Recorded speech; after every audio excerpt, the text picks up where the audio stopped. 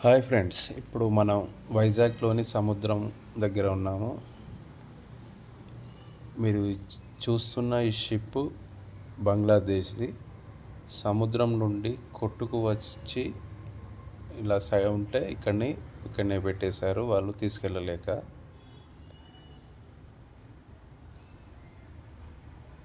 ఇక్కడ ఈవినింగ్ టైంలో కానీ మార్నింగ్ టైంలో కానీ ఎంతోమంది ఇక్కడికి ఫ్యామిలీతో కానీ ఫ్రెండ్స్తో కానీ వస్తూ ఉంటారు. చూడండి ఫ్రెండ్, సముద్రం ఎంత ప్రశాంతంగా పీస్ఫుల్గా ఉందో. ఇక్కడ వైజాగ్ ఇది ఒక ప్లస్ పాయింట్, ఇంత సముద్రం ఇలా ఉండడం.